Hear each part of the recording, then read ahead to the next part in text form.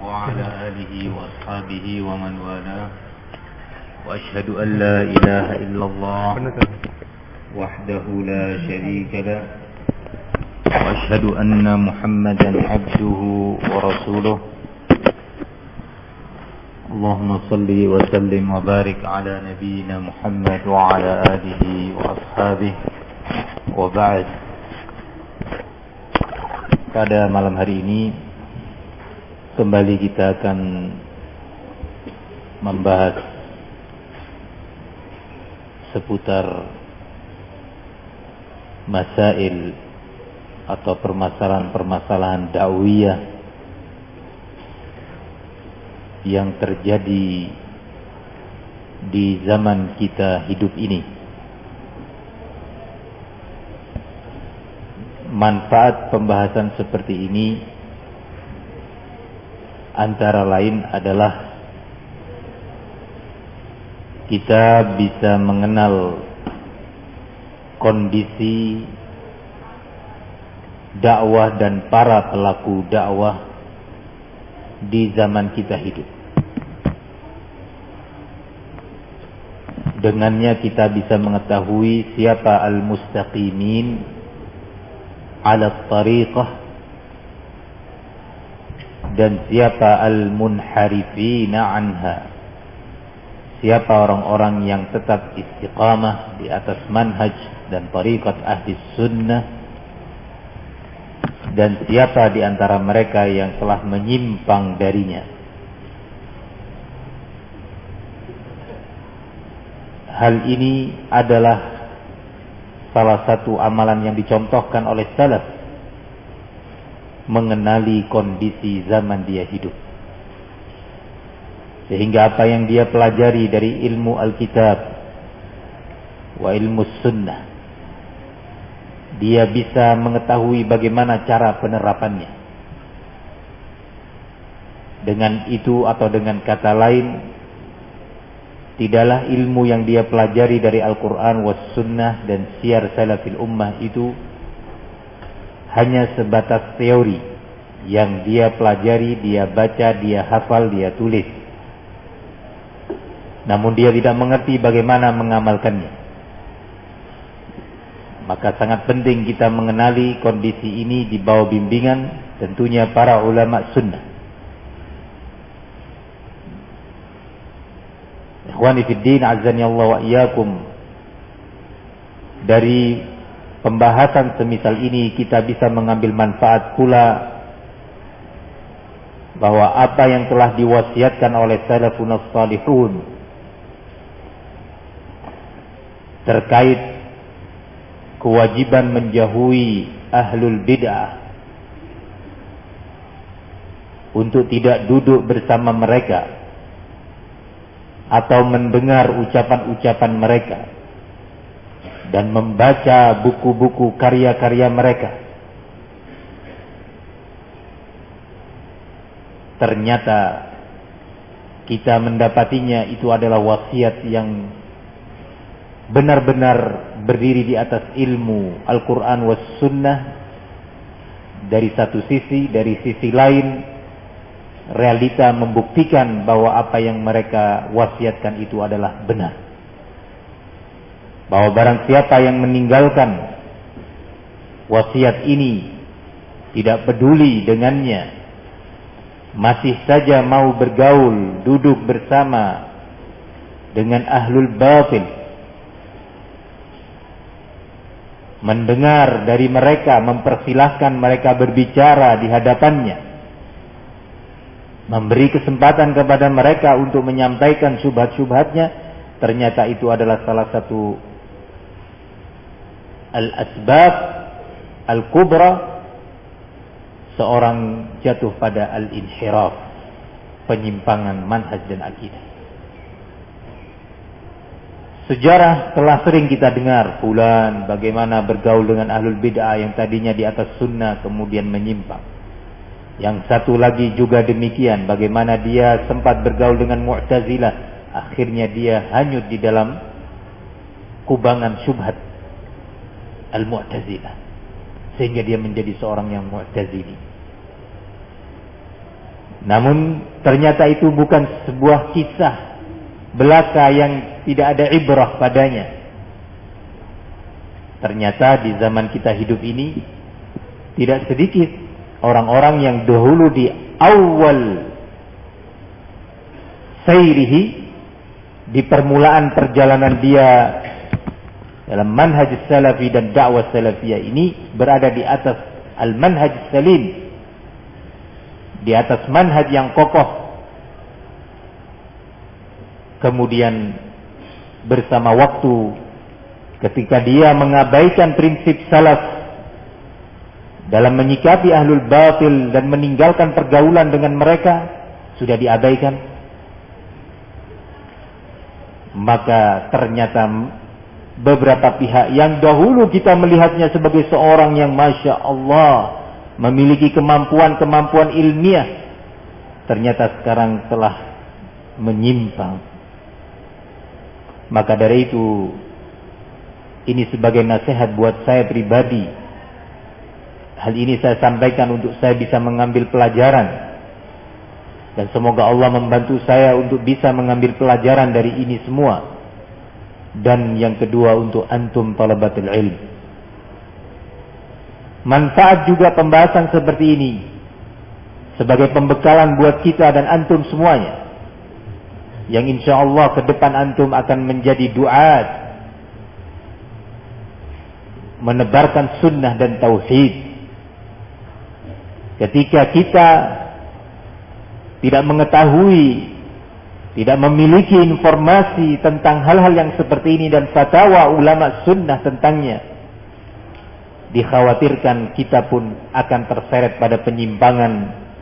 Mungkin bermula bukan dari membela penyimpangan-penyimpangan tersebut secara terang-terangan, tetapi membela sosok-sosok tersebut, sosok-sosok menyimpang, ashkhas yang sudah menyimpang, dikarenakan dia tidak memiliki informasi tentangnya.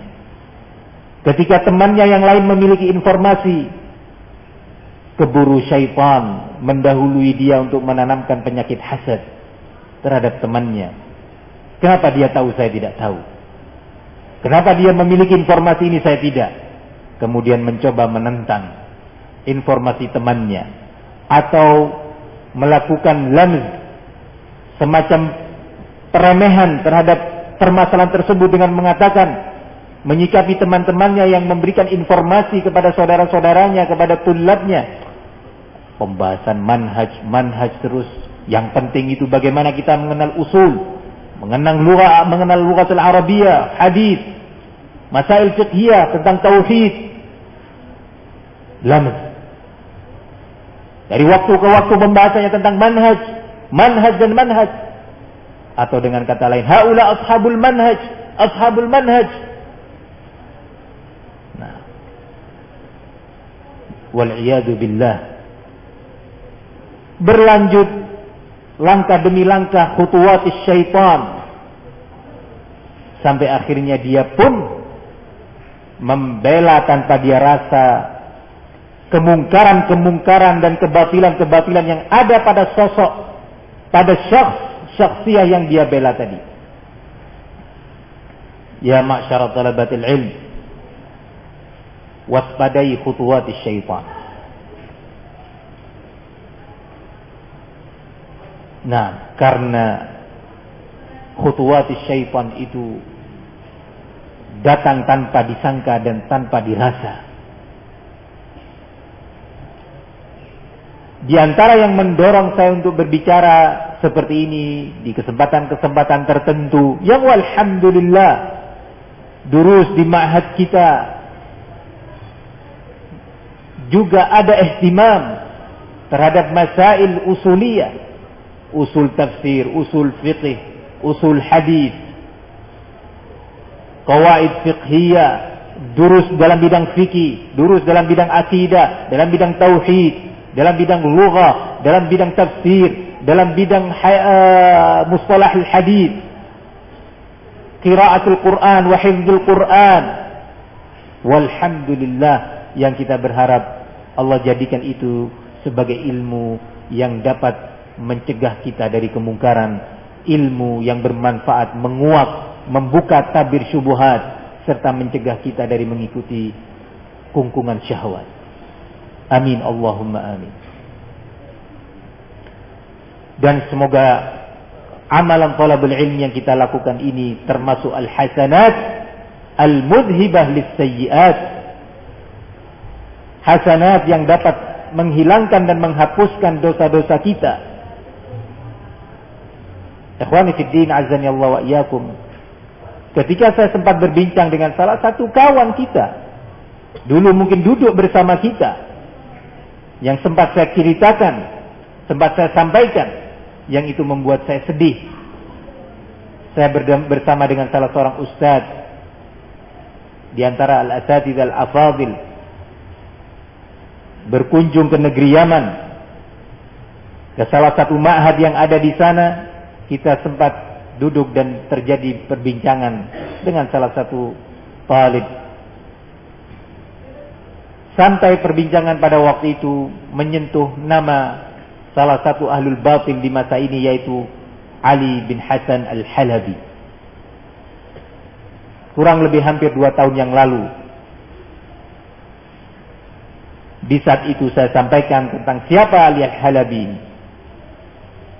Kemudian dia mengatakan kepada saya dan ustadz yang bersama saya pada waktu itu, "Ya ustadz, kalau kita di sini diajari oleh syekh kita untuk tidak berbicara mendahului ulama.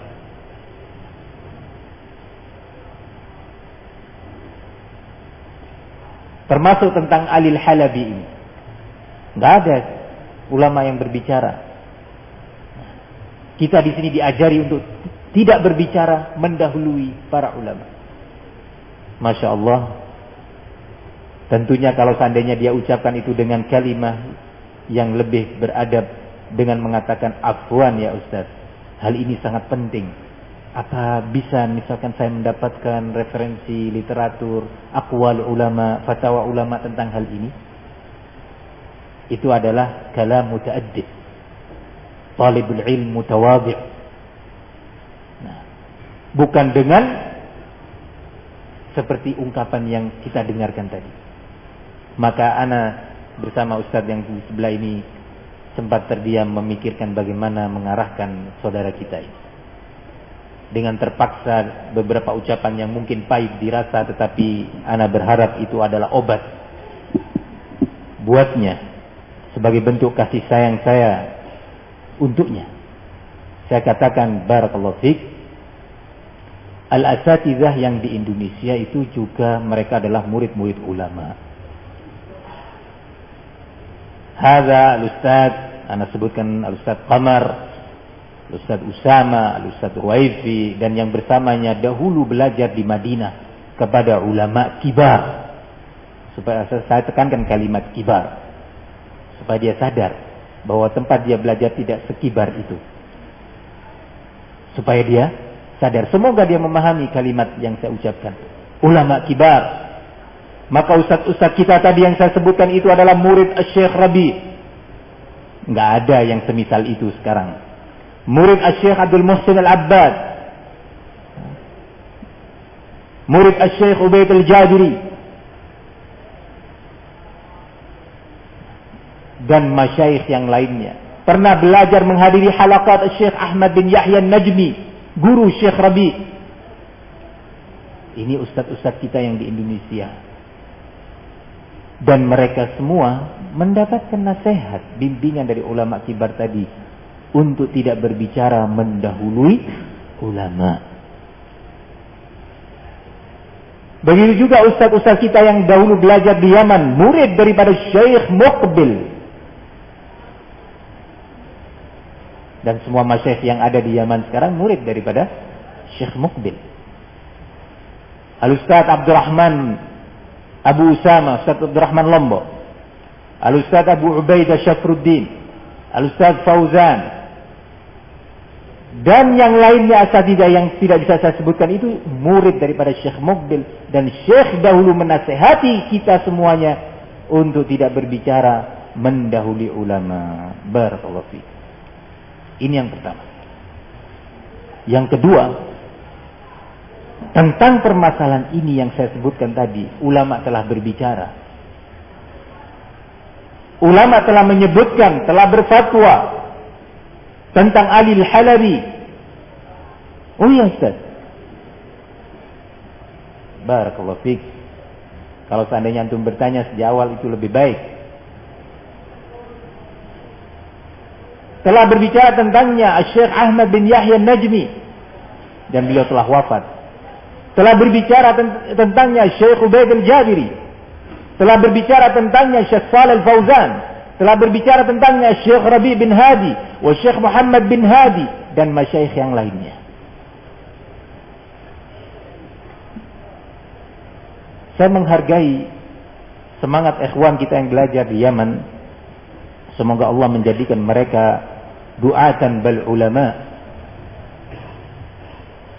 Semangat untuk belajar ilmu-ilmu alat, ilmu fikih, dan yang semisalnya akidah, tauhid. Dan itu yang saya nasihatkan untuk diri saya dan seluruh ikhwan. Ihtimam terhadap durus yang ada di ma'had masing-masing, baik durus ammah ataupun durus khassah. Tapi tolong jadikan sebagian kecil waktu antum. Saya katakan sebagian kecil waktu antum. Di hari Jumat, di hari libur tidak ada durus khassah. Kalau durus ammah yang langsung diberikan oleh syekhnya, mungkin masih berjalan walaupun hari Jumat, ba'dal asr atau ba'dal maghrib. Di kesempatan itu, di hari Jumat, antum jadikan waktu 1 atau 2 jam membaca fatwa ulama. Fatwa Syekh Rabi', fatwa Syekh Ubaid, fatwa Syekh Najmi, fatwa Syekh Shalih Al-Fauzan tentang al-umur, perkara-perkara di zaman kita yang kita hidup ini. Jangan sampai antum ketinggalan yang seperti itu.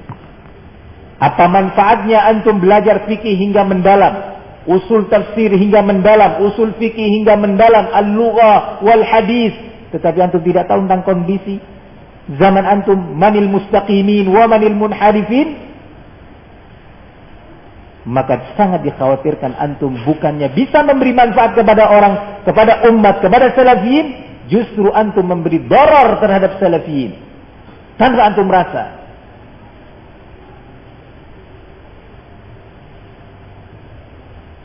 Nah, yang seperti ini terjadi, semisal yang saya ceritakan ini lebih dari sekali atau 2 kali. Saya berjumpa dengan sebagian teman-teman di sana. Ya subhanallah. Maka kalau ada di antara antum yang akan berangkat nanti ke Yaman, ya, ingat baik-baik nasihat ini. Nah, mungkin antum atau saya tidak sempat berjumpa dengan antum. Silahkan belajar yang serius, yang sungguh-sungguh, agar nanti kita, para asatidzah, bisa mengambil manfaat dari antum sepulang dari sana. Mengambil faidah-faidah ilmiah sepulang antum dari sana. Tapi ingat, jadikan sebagian waktu antum, sebagian kecil waktu antum, untuk membaca, memahami fatwa ulama al-kibar. Nah, ikhwani fiddin, azzani Allah wa iyyakum, itulah beberapa alasan yang mendorong saya untuk menjadikan sekelumit waktu kita di tengah-tengah durus di ma'had ini membahas seputar masail manhajiyah. Kita ambil misal pada malam hari ini pembahasan tentang Ali Al-Halabi, salah satu pemateri di radio Roja, salah satu al-munharifin di zaman ini yang diagung-agungkan oleh para pengelola radio dan TV Roja, yang diagung-agungkan oleh Yazid bin Abdul Qadir Jawaz, nah diagung-agungkan oleh Abdul Hakim Abdad, Ali Musri, Muhammad Arifin Badri, Abdullah Zain dan yang lainnya dari al-hizbiyin di negeri kita ini. Apa yang terjadi pada Ali Al-Halabi? Tadi dalam muqaddimah majelis ini sudah saya sebutkan Ketika seorang telah mengabaikan wasiat dan nasihat salaf terkait dengan sikap menjauhi ahlul batil dan ahlul bid'ah untuk tidak duduk dengan mereka, semajlis dengan mereka, memberi kesempatan mereka berbicara, bergabung dalam lembaga mereka. Ketika hal ini sudah diabaikan, maka inhiraf itu masuk kepada seorang dan menyeretnya jatuh pada penyimpangan. Maka Ali Al-Halabi adalah salah satu dari mereka yang telah mengabaikan wasiat salaf. Kita tahu dia dulu pernah mensyarah Syarhus Sunnah Al-Barbahari, pernah memiliki syarah tentang Al-Asma' was Sifat. Itu bukan jaminan ya ikhwan, ketika wasiat salaf hanya diambil sebagiannya dan ditinggalkan yang lainnya. Ali Al-Halabi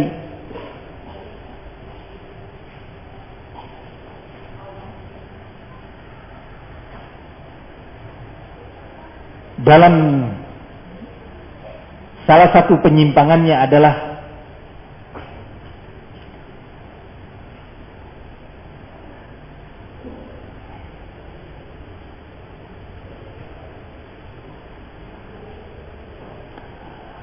memposisikan berbagai masail aqdiyah, permasalahan-permasalahan akidah yang besar sebagai permasalahan-permasalahan yang masih memungkinkan terjadinya akhd warad, terjadinya diskusi, terjadinya sikap menerima atau menolak dalam bidang itu, dan ini tidak boleh dijadikan sebagai bahan untuk menjatuhkan pihak lain. Begitu global permasalahan ini. Kita akan baca pernyataan dia secara ringkas untuk kemudian kita tahu apa sebenarnya makna ucapannya ini. Berkata Ali Al-Halabi dalam salah satu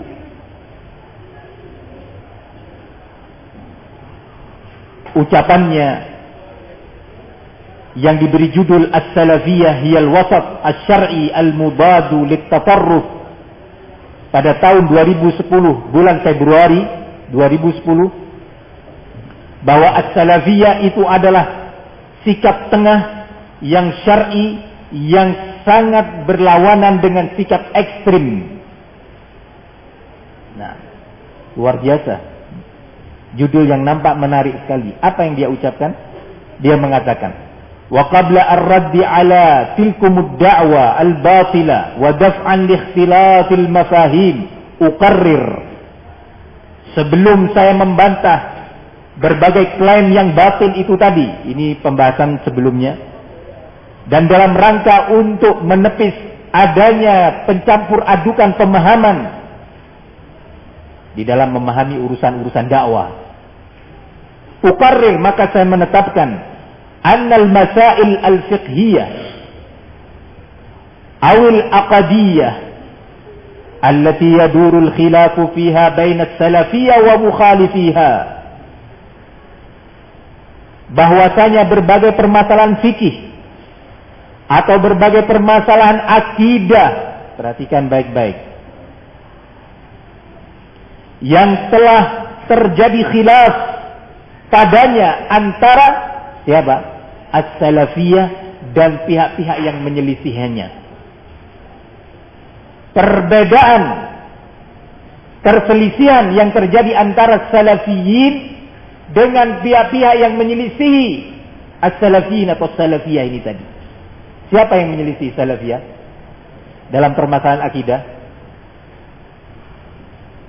As-Sufiyah, Asy-Syiah Ar-Rafidah,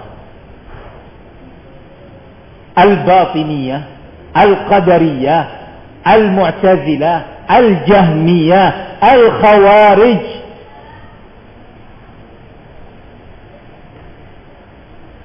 Semua itu adalah para penyelisih ahli sunnah.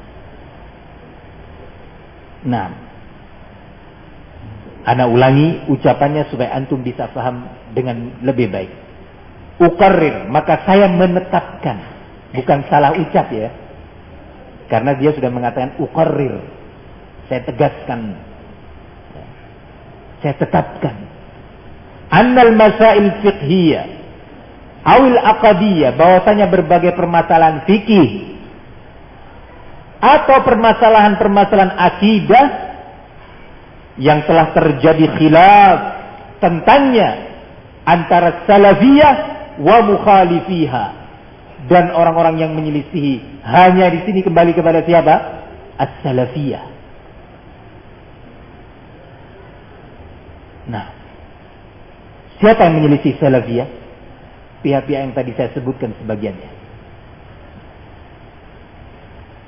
Bal baina umumil muslimin ba'dhum ba'dhan. Bahkan khilaf, perselisihan yang terjadi antara keumuman muslimin, sebagian mereka dengan sebagian yang lainnya. Khilaf antara barakallahu fikum kaum khawarij satu kelompok dengan kelompok lainnya, Syiah satu kelompok dengan kelompok lainnya, tarekat-tarekat sufi yang satu dengan yang lainnya, atau kelompok khawarij dengan sufiyah misalkan, antara Mu'tazilah dan Asy'ariyah, karena dia mengatakan bal baina umumil muslimin ba'dhum ba'dhan. Apa kata dia kesimpulannya khilaf yang seperti ini? Qala la yajuz an tushaba aw tuwaddafa bi ayyi shaklin min al-ashkal wala bi ayyi halin min al-ahwal liddi'ai ala jihatin ma bitatarruf aw ramyiha bil irhab id hiya masailu ilmiyatun mahdah khalisah. Nah, tidak boleh, kata dia, khilafat seperti ini semua untuk diseret dengan bentuk apapun dan dalam kondisi apapun sebagai alat untuk menuduh pihak lain dengan tuduhan ekstrim, menyimpang. Nggak boleh.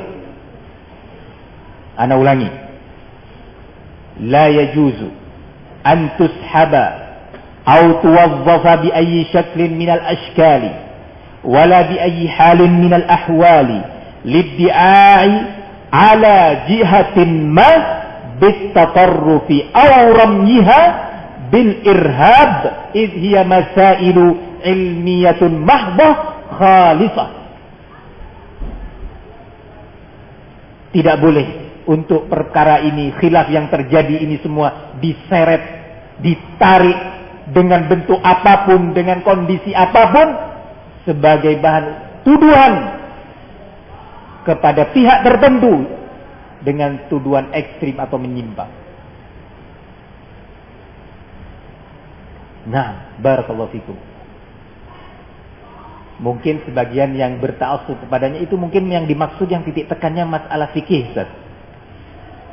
Nah, hawa nafsu. Padahal dia sudah menekankan apa? Masail fiqhiyah atau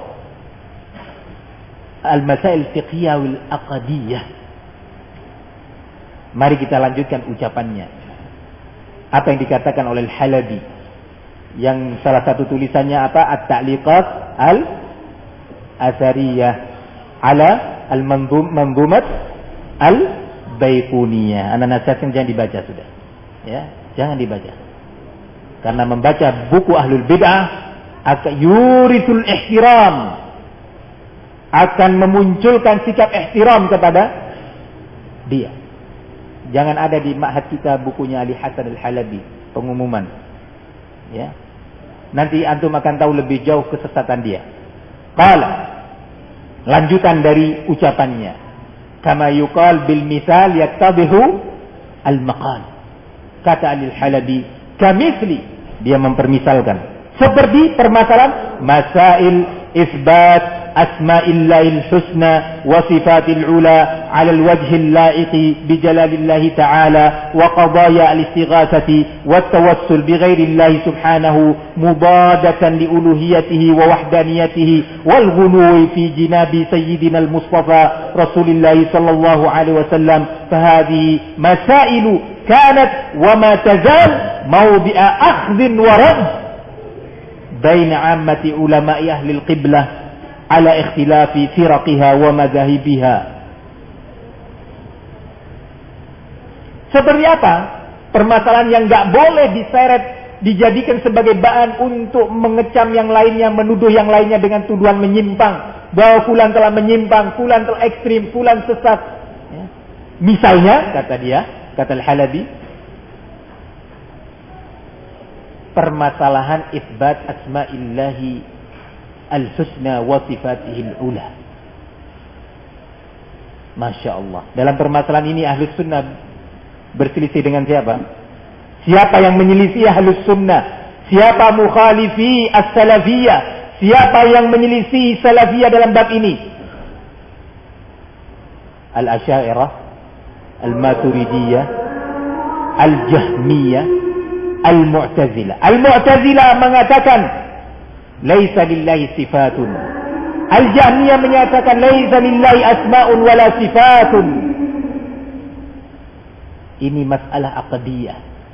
Ini kata Al-Halabi sebenarnya masih permasalahan yang di situ terjadi akhd warad, masih terjadi diskusi.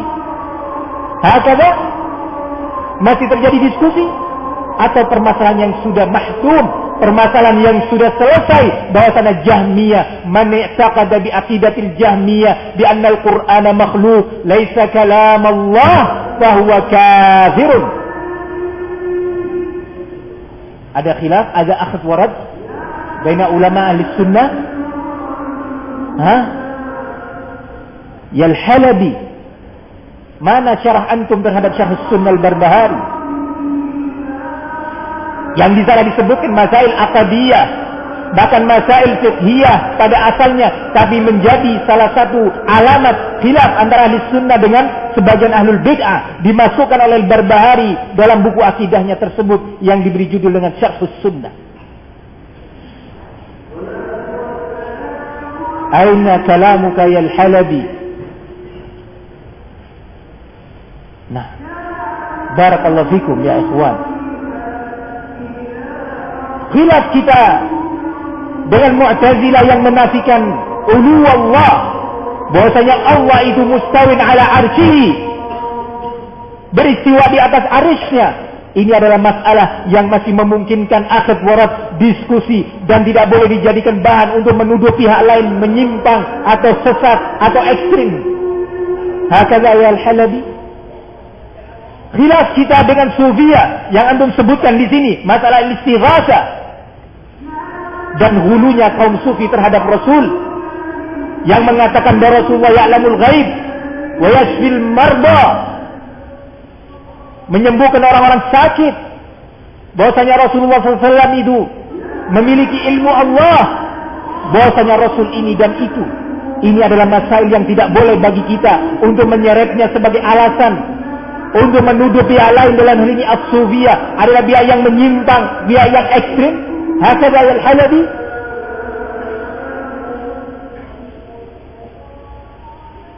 Dan khilaf kita dengan Syiah Rafidah yang mengkafirkan ashab Rasulullah sallallahu alaihi wasallam, yang menuduh Sayyidah Aisyah ummul mu'minin bizina wal fahishah.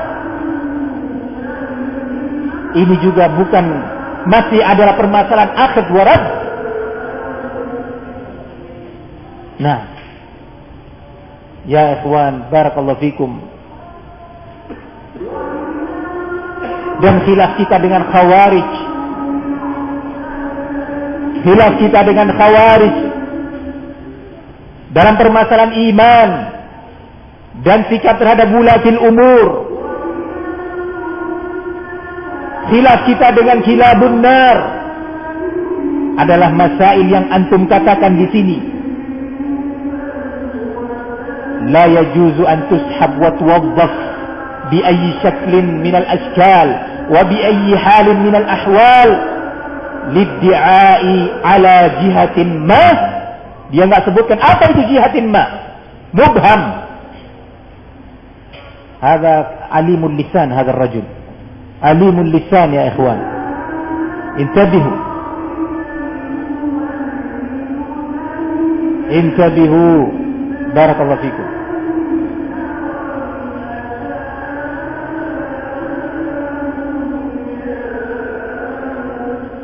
Kalau sudah khilaf kita dengan para mukhalifi ahli sunnah, para mukhalifi salafiyah, min jahmiyatin wa mu'tazilatin wa khawarijah wal asyairah wa ghairihim, adalah masail akhd wa rad, masail khilaf baina ulama ahli qiblah,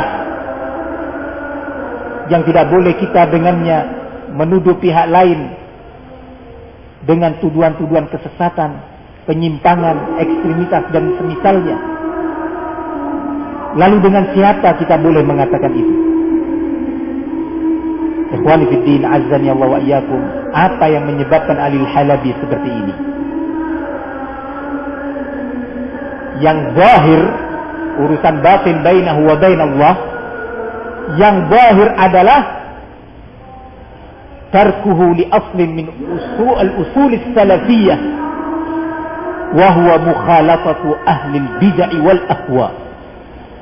Karena dia telah mengabaikan, menyepelekan, tidak beramal dengan salah satu pokok dasar dari berbagai pokok dasar salafiyah yang diwariskan oleh ulama salafi as-salafun as-salihun, yaitu pokok dasar menyikapi ahlul bid'ah, menjauh dari mereka, tidak duduk di majlis mereka atau di majlis yang di sana ada mereka.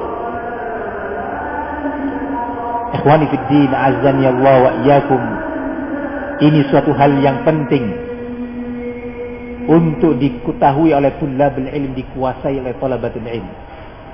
Bersama dengan nasihat kami, ana dan asatidzah yang lainnya, untuk kita semua dan antum punya ihtimam, punya kesungguhan terhadap durus fil fiqhi wal aqidah wal usul wal lugha wal hadith wal Quran wal ukhuwah wal mahabbah wal nasiha wal munafahah. Tetapi jangan lupa terhadap usul salafiyah. Ini kajian kita di malam hari ini.